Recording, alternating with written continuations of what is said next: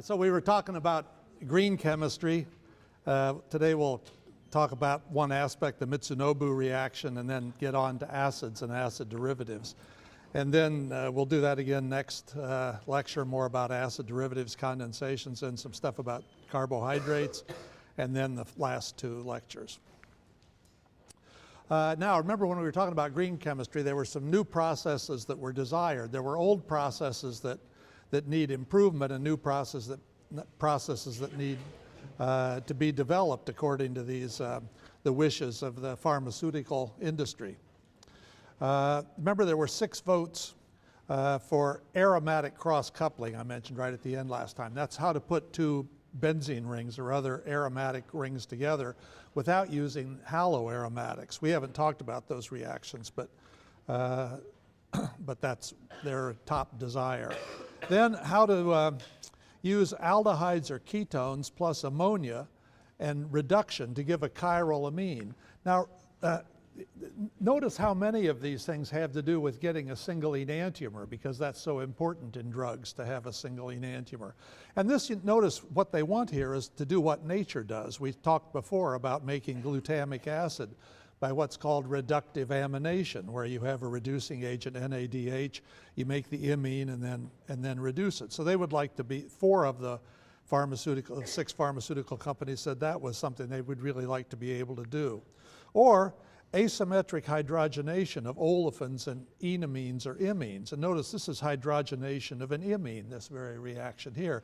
But what they want is asymmetric, that is, ability to make a single enantiomer, so you don't have to throw half the stuff away and do a separation.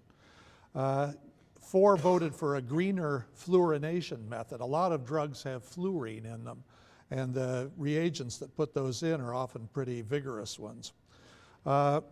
Nitrogen chemistry avoiding azids, and 3 avoiding hydrazine, which is very poisonous. Asymmetric hydramination, again asymmetric. Greener electrophilic nitration. We talked about electrophilic aromatic substitution, nitration, but what they want is a greener way to do it. And the final one is asymmetric addition of HCN.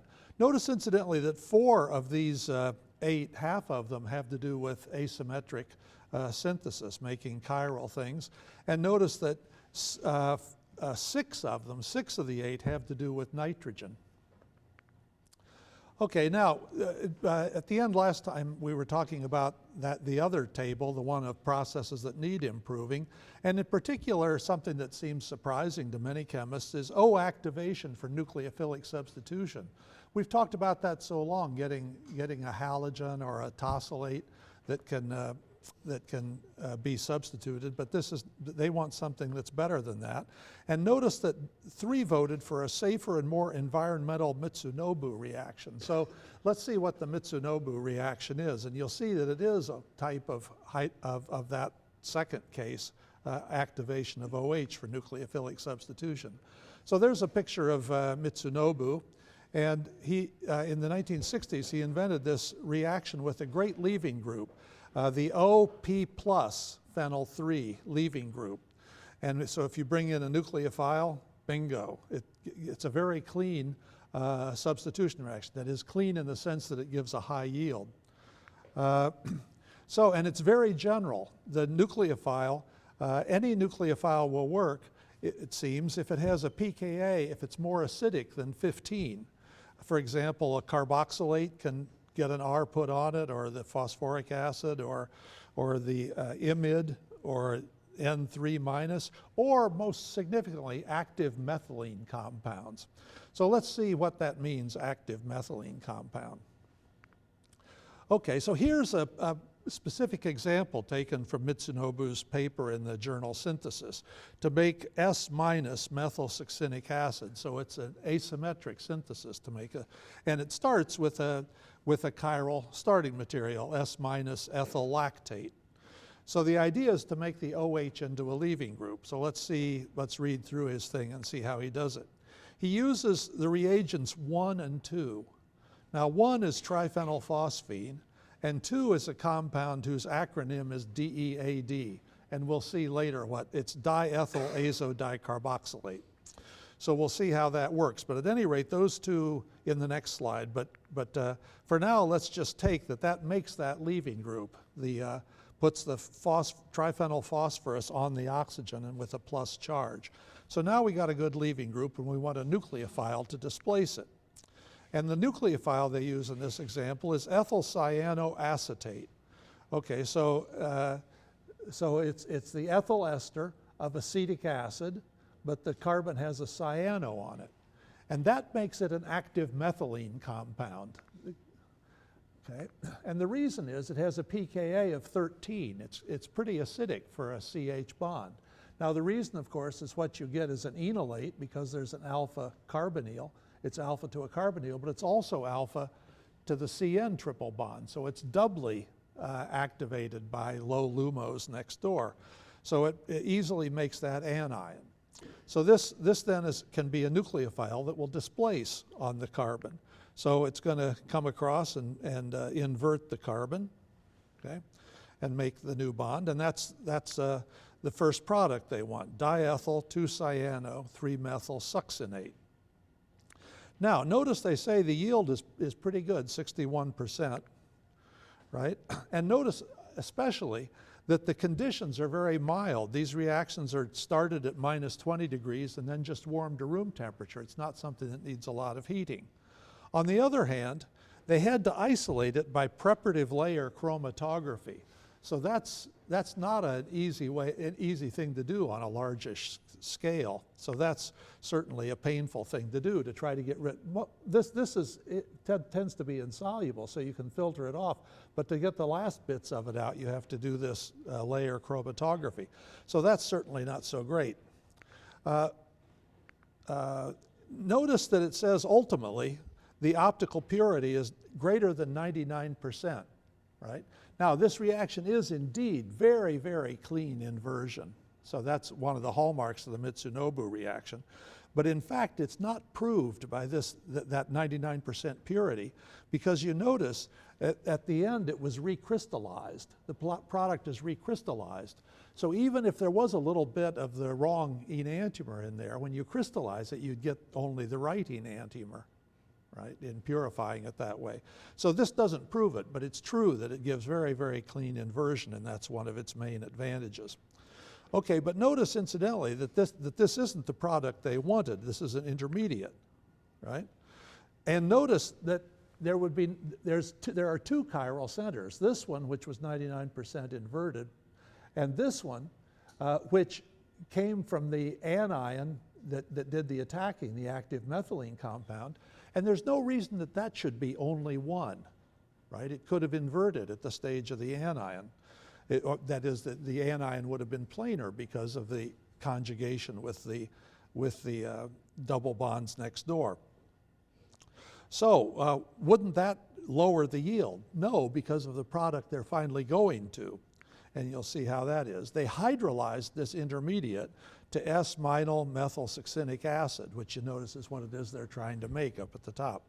So they were able to convert the ester to an acid, the other ester to an acid. That's the reverse of a Fischer esterification, acid and water.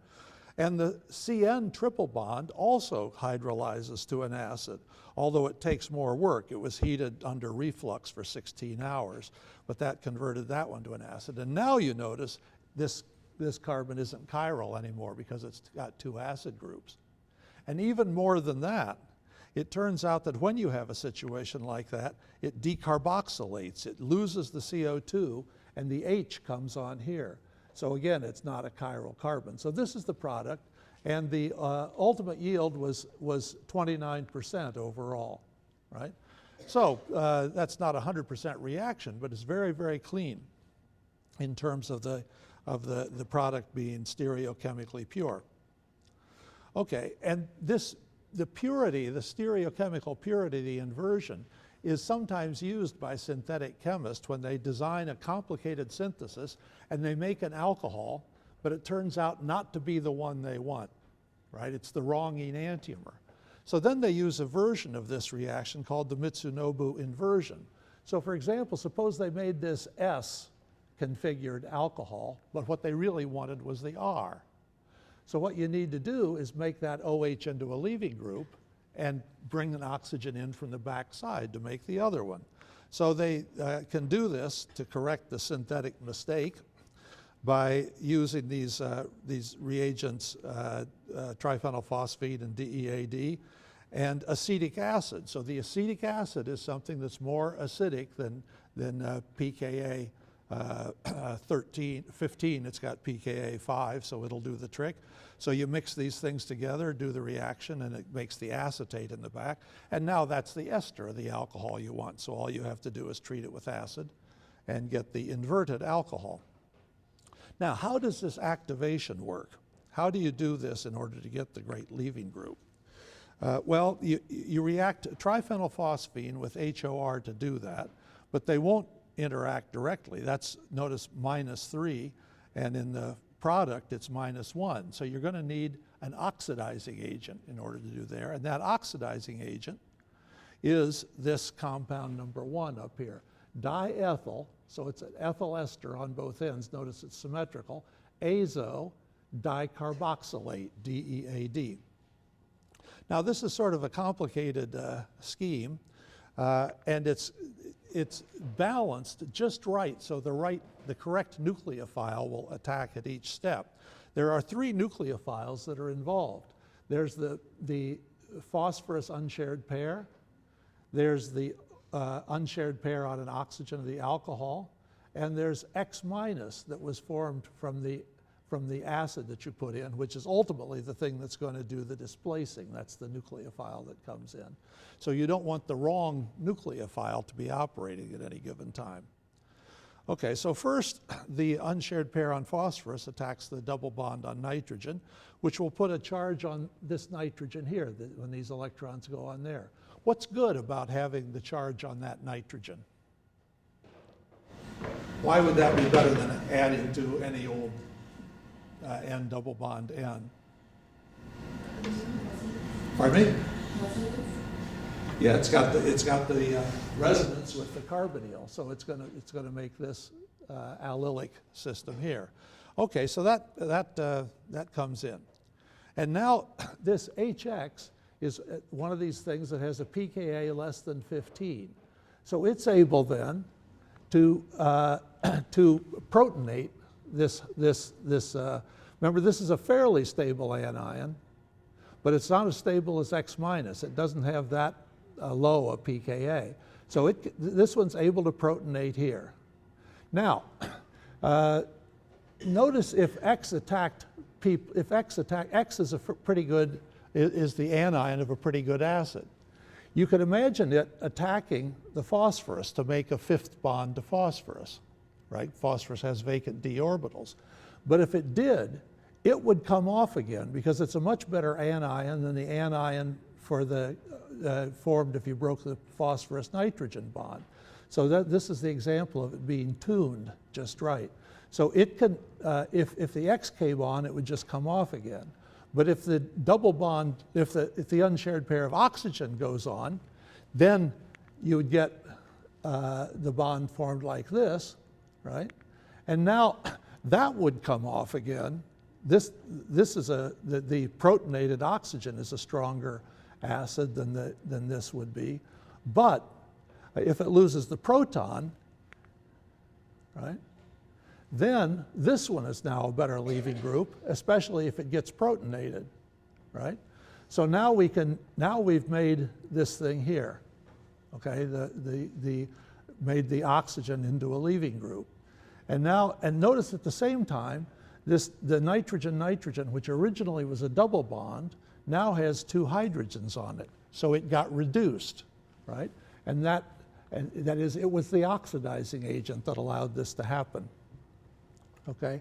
And now X- is able to do the nucleophilic substitution, and that's how the Mitsunobu activation happens.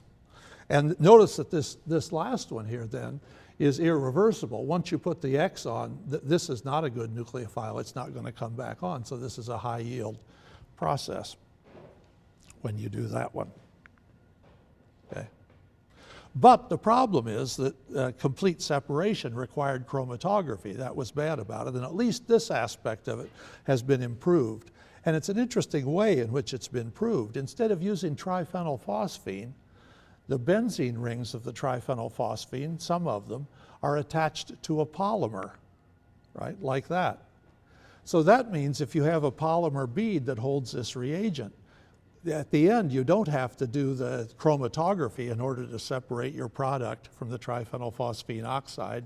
You just have to filter it because it's attached to a solid polymer.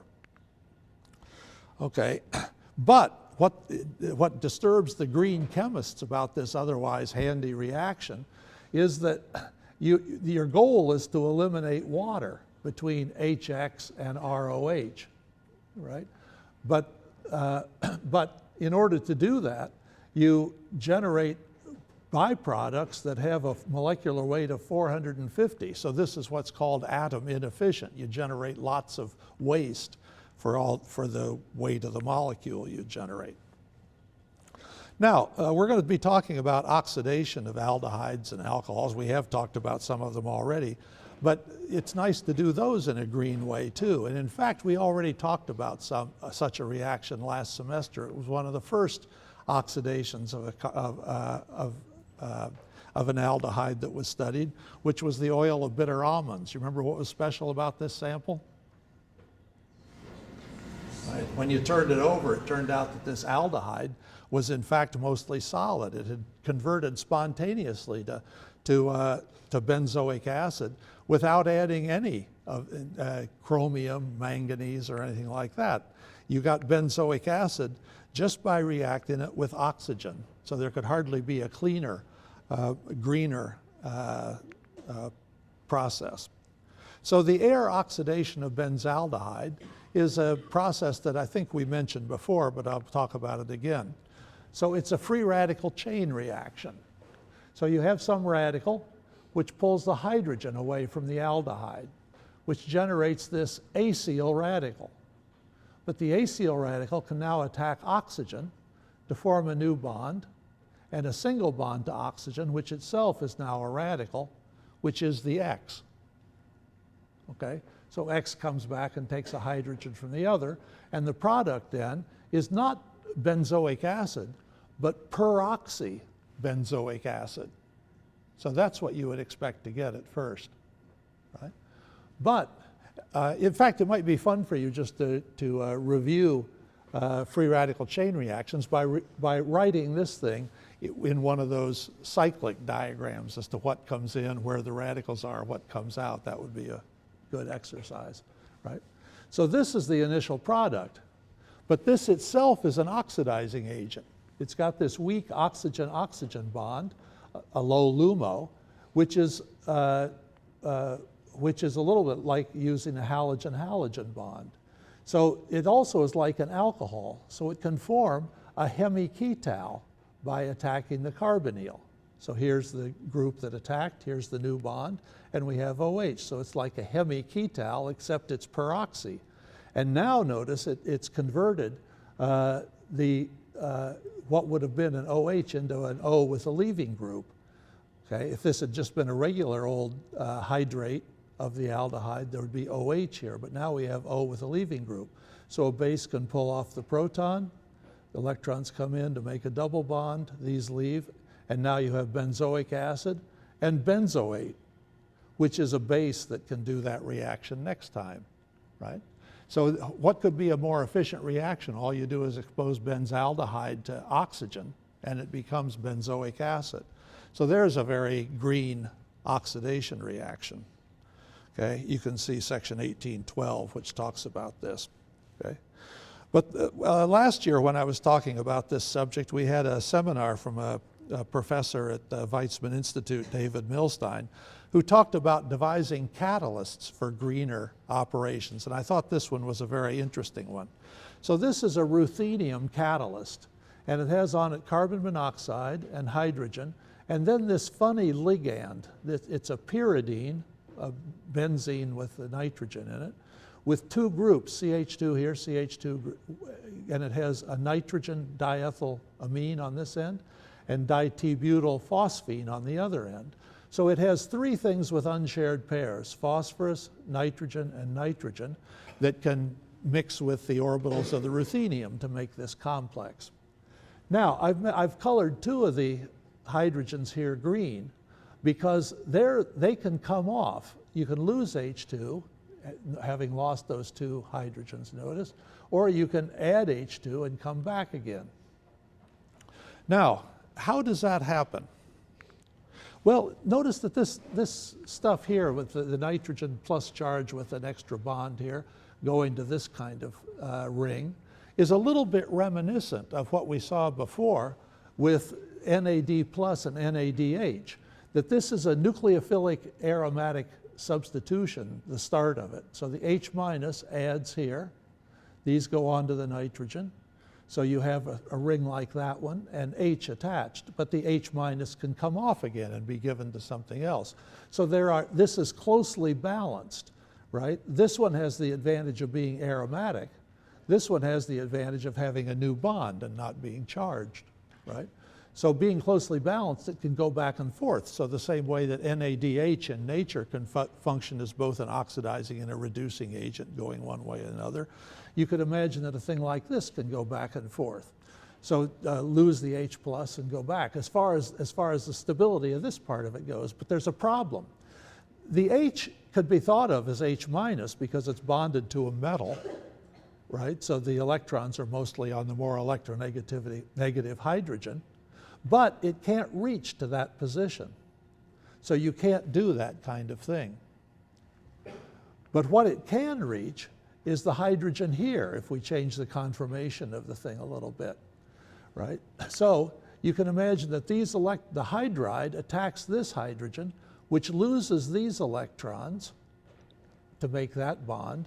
And that's helped by the fact that these electrons then get stabilized by moving on to the positive nitrogen. Right? So this is what this type of effect is what allows this to go back and forth either direction. But we're most interested in the direction going up. So let's redraw that thing and look at what happens if there's an alcohol. So an alcohol comes in and its unshared pair makes a bond to the ruthenium, right? And now it's O plus. Okay. Now we can have the hydride, notice it's H, wait a second, have I done the right thing here? Oh no, what we're doing is using the unshared pair of nitrogen. This is not like hydride. I said the wrong thing. This is a proton. The electrons are going away from this hydrogen. So the proton is able to go on here, right, to generate the N plus again, okay? And now notice at the same time that alcohol that came on had two H's that I drew explicitly. The one down here is the one I'm interested in because it's near the ruthenium, right? And now we can, if this were O minus, and notice in a sense it is O minus because it's bonded to a metal, right?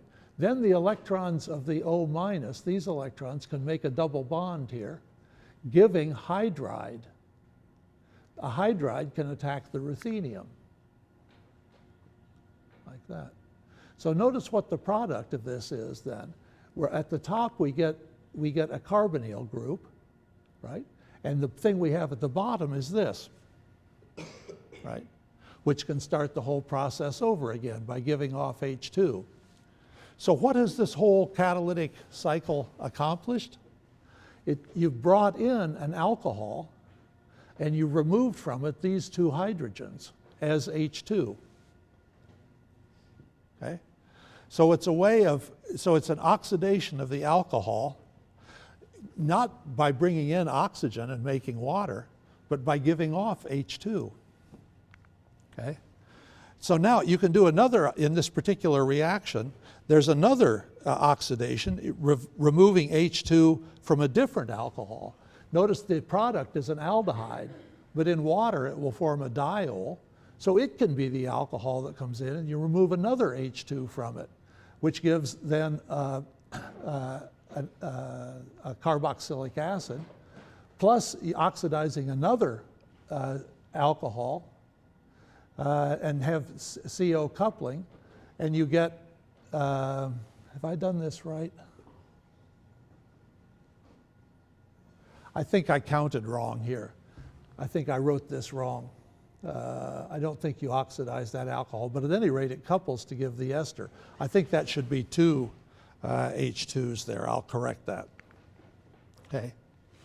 But this happens in the presence of this catalyst with no other activation.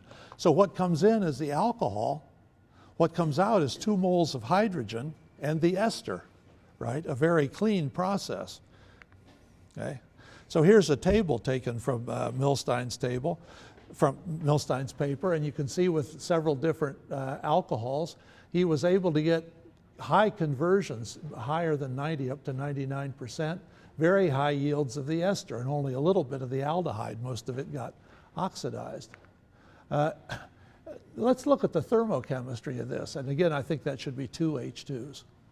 So if you look at the heat of formation of ethanol, and the heat of formation of the ester that's the product from that, and hydrogen has a free energy of 0, so the 2 hydrogens don't count. But if we add it together, this reaction is endothermic by 17 kilocalories per mole. So it's way uphill. You'd think the equilibrium constant would be very unfavorable. What makes it possible for this to happen catalytically, right? We're not putting in something that's a strong reagent that makes one of these very reactive, and then it can react with the other things. We're just putting the alcohol in. And to have the alcohol come in and ester come out and everything stay the same otherwise with the catalyst, right? You have to go uphill in energy by 17 kilocalories per mole, which sounds very tough. But there are 2 things that make this good, right? You form 3, but you start with 2 molecules, and you form 3 molecules, 2H2 and the ester. Again, I counted wrong here. So by making more molecules, you make more entropy available. And furthermore, this is especially helped because you make those 2 hydrogen gas molecules, and you can remove those from the solution. So notice how this was done. It was done in one case under a flow of argon to sweep the hydrogen gas out. And in the other case, the toluene solution was refluxed, which again, the solvent pushes the other gas out. So, at low pressure of hydrogen, it's possible to do this spontaneously. So that's an important type of analysis to do on a catalytic cycle as to whether, that you've proposed, as to whether in fact it could be thermodynamically allowed. They also were able to make amines that way, starting with alcohols, make an amine by reacting with ammonia. So alcohol plus ammonia gives an amine, and also, incidentally, an imine. So probably it's the same kind of thing before. The alcohol gets oxidized to an aldehyde, but in the presence of the nitrogen, it forms the imine, the CN double bond, and then that gets reduced to give by the hydrogen that's there in order to give the amine. But again, these are very high yield reactions. Notice that it says that there are 2, when you look at a synthetic paper and a table in it, it's important to look at 2 different kinds of yields. The yields, the normal yields given here are analyzed by gas chromatography to figure out how much was in there. But what you're really interested in is what you can put in a bottle as a pure form, right? So the yields in parentheses are isolated products. So sometimes they're very good compared to the gas chromatography yield. But in this particular case, it's hard to separate, and you only get half as much out to sell to your neighbor as you had analyzed by GC. So you can also make imines and amides and so on with these catalysts. So that's an interesting development which seems to address, if not to solve perhaps, some of these problems that the pharmaceutical industry identified. Now, we've been talking in these last examples of green chemistry about acids and acid derivatives, so let's talk about them a little more systematically. First, the acidity of our CO2H, of a carboxylic acid. You remember that the pKh of a normal carboxylic acid is between 4 and 5, like butyric acid is 4.8. Now let's look at the effect of putting a chlorine in there. So if you put the chlorine in on the terminal carbon, it hardly changes the pKa at all, just by 0.3 units. If you move it a little bit closer to the carboxylic acid, it's 4.1, and if you move it as close as possible to the carboxylic acid, now it makes a real difference, 2.8. What is it that the chlorine is doing? Ellen? Electron withdrawing. So it's electron withdrawing, and how does that help? It makes the H come off easier. And how does it make the H come off? By reducing the bond strength. Why does it reduce the bond strength? You know, actually, I bet that's not true. I bet it doesn't reduce the bond strength. The bond strength is the kind of thing that Professor Ellison talked about last time. Breaking a bond to give two free, people laugh already, just mention his name and they laugh. Okay, you break the bond and you get two free radicals. I don't know the results, but my strong suspicion is that chlorine hardly affects that at all. What it affects is dissociation as an acid. So what is it the chlorine is stabilizing?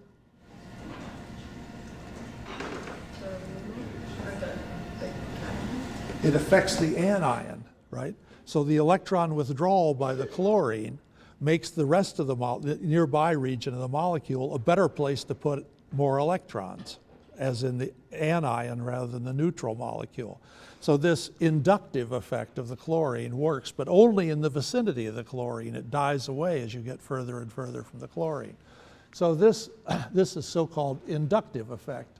And it's not very big if you're far away, but if you get pretty close, it can be big. Okay? Now let's just see this inductive effect, if it could be quantitatively reasonable, right? If the withdrawal by the chlorine stabilizes a negative charge by a certain amount of energy, then the process becomes, the equilibrium becomes easier by that amount of energy, right?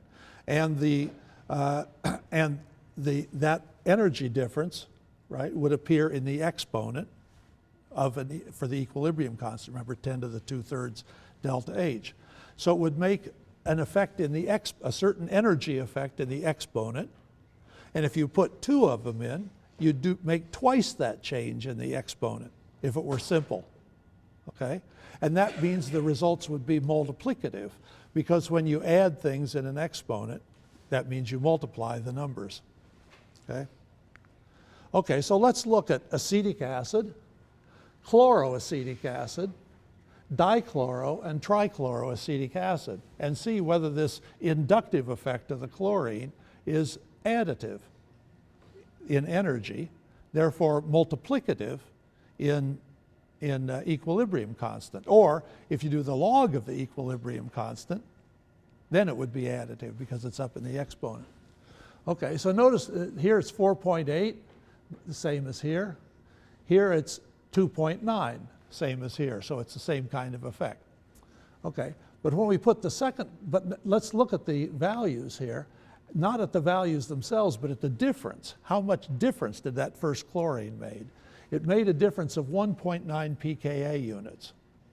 Now, if the second one had the same effect on the energy of an anion, that would also be 1.9. It's actually 1.6, not quite as big.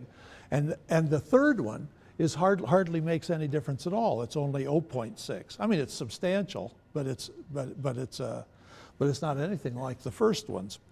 And the reason is that once the anion is already stabilized, it gets harder and harder to withdraw subsequent electrons. One chlorine withdraws a certain amount.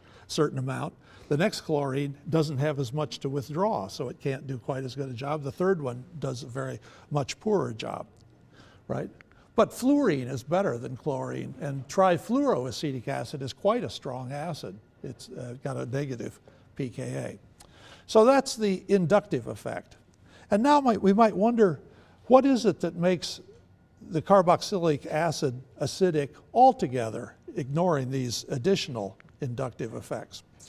So Paul Rablin from Swarthmore College published a paper in the Journal of the American Chemical Society in 2000 that had an interesting analysis of this. And I put it on because because Professor Ellison is such a big advocate of resonance structures, as you saw last time, rather than molecular orbital theory. So this is an interesting analysis in terms of resonance structures. Now, what he did is do very good calculations, but calculations in the gas phase, right, not in the solvent, of what the equilibrium constant should be, or what the energy involved should be in transferring a proton from an alcohol to a carboxylic acid, right? So you get the anion of the alcohol and the protonated carboxylic acid. And now, the carboxylic acids are called acids because they give their protons to bases. So this reaction lies to the left, and to go to the right is uphill by almost 28 kilocalories per mole in the gas phase. Okay? Now, the difference in pKa, the pKa of an alcohol is about 16. The pKa of a carboxylic acid is about 5. So the difference in pKa is about 11, right? Therefore, you would expect the equilibrium constant at room temperature to be about 4/3 of that.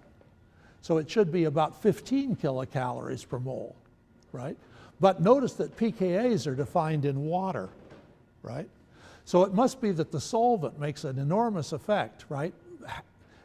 It reduces this to about half of its value, from close to 30 to 15, by making it it makes it easier to go to the right, only 15 kilocalories uphill instead of 30 kilocalories uphill. Why? It could be because this one has a much more concentrated negative charge, so it gets more effectively solvated by the water compared to this one, which helps drive the reaction to the left. But anyhow, that's a secondary consideration because we're just looking, as Rablin did, at the molecules in the gas phase. Okay, so it's 28 kilocalories uphill to do that. Now, what's the reason? Why does it want to go that way? Well, we're tempted to say resonance. You have, and that's certainly what Ellison would have said, right? You have two resonance structures of this anion and only one resonance structure that's reasonable for on the right. Okay, can you think of any other reason that it might be good to go to the left? Anything else that makes that a better anion compared to this anion, other than resonance? Any ideas? These are H's, incidentally, CH3. Why? And here's HCO minus. If resonance weren't a factor, would you expect these to be the same? Would you expect the equilibrium constant to be 1? Amy? Well, no, because the pi star helps out the negative charge. But yeah, the pi star helping out is the molecular orbital way of saying there's resonance, right? That's how they do it. So that in fact is the same thing. But is there anything else that would tend to make it go that way? Oxygen up there, Pardon me? having the other oxygen up there, And how would the oxygen help? inductive effect. So it could be an inductive effect. And notice this oxygen is closer than the chlorine that was making the difference before. The chlorine was out on the next carbon. Okay, so you could also have an inductive effect due to the oxygen. Now, notice that it's a double bond. So it's an interesting question whether you count the oxygen once or count it twice. Okay? So for purposes of this paper, Rablin hypothesized that you count the oxygen twice. Okay? So now we have resonance and inductive effects, and we can do some numerology about these, about how important resonance structures are. Okay, so notice that this 27.9 kilocalories is due to loss of resonance and to loss of 2 inductive effects for oxygen, if you're supposed to count it twice with a double bond. Now let's look at this one, where we instead of using alcohol, we use a ketone and a protonated acid here. So instead of the anion, it's protonated now. And now we transfer the proton from here to the ketone, or the aldehyde, actually, these are hydrogens. Okay, so we make the protonated ketone and the carboxylic acid. Now, here the reaction lies to the right. Okay, it's exothermic by 6.2 kilocalories per mole in the gas phase. Now, which side would resonance favor? Debbie, can you help us out? Can you draw, would you draw resonance structures of this? You could. You could use the unshared pair on the OH, and it would be stabilized by the pi star, but that would require separation of charge, and Ellison told us we don't want to do that. Okay? So how about on the left? Any resonance structures there? Yes, I think. Because of the positive charge? Speak up. Because of the positive charge? Yeah, now you could draw a double bond here and a single bond there and put the charge on the bottom, and you're not separating charge, you're just moving the charge. So here you have good resonance. Here you don't have, on the right, you don't have reasonable resonance. Okay? On this one, you had resonance on the left and not on the right. So now, in both cases we had resonance on the left. Okay, so resonance is going to favor the left and cause you to go uphill in either case. Okay? Now, how about the inductive effect? How about the oxygen? We'll try somebody else here. Chris, which side is favored by the inductive effect? In the top, the inductive effect favored the left because we had two bonds to oxygen withdrawing electrons stabilizing the anion, right? Now, how about in this case when we have two bonds here? That's going to, if it stabilizes the anion, the argument is, it destabilizes the cation. So it's the same deal, except now with same resonance, that would cause it to go uphill to the right. But the oxygen now makes it go down to the left. Okay? Now, how many oxygens did we have? This time it's just the difference between this and this is just this bond, right? So it's not a question of counting one or two, there's only one bond there. So that's one inductive effect of oxygen. Now we have two equations in two unknowns. The effect, we have the resonance effect, which is the same direction in both cases, and the inductive effect, which is in opposite directions and twice as strong in one case, right? So if we take the difference of these two minus this one, right, we get plus 34.1 is 3 of the oxygen inductive effects. So the oxygen inductive effect is 11.4 kilocalories per mole. And once we have that, we can plug back in to see how big the resonance effect is. It's 4.8. Okay? And now, if we use this from this point of view, if we look that in the top case of that 30 kilocalories per mole going uphill, only 5 of it was due to resonance. By far and away, the dominant effect is the inductive effect, right? Only 20% of the special acidity of the carboxylic acid is due to resonance from this viewpoint, okay? Now, you may buy this resonance argument, and you may not. I'm personally skeptical, but one way or the other, it would be good to check it. So Rablin checked it. So he did this one with carbonic acid, the anion of carbonic acid. And now that's plus 37.3. Now what does it involve? Here's the anion, which is stabilized by resonance, as this one was, right? And there's no resonance involving this one because it has the hydrogen on it. Okay, and how about, so it has resonance, the same as the others. How about inductive effect? How many, compared to this, how many oxygens are stabilizing this O minus? Matt? You count 3. Count 3. If you count double bond twice, which is the rules he set, then you have 3, okay? So that's O inductive times 3.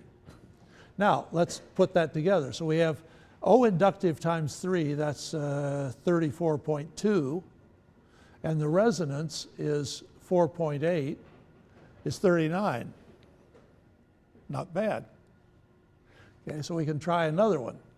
Okay, so here we do the analog of what we did here, put a proton on. And now we have no resonance on the right.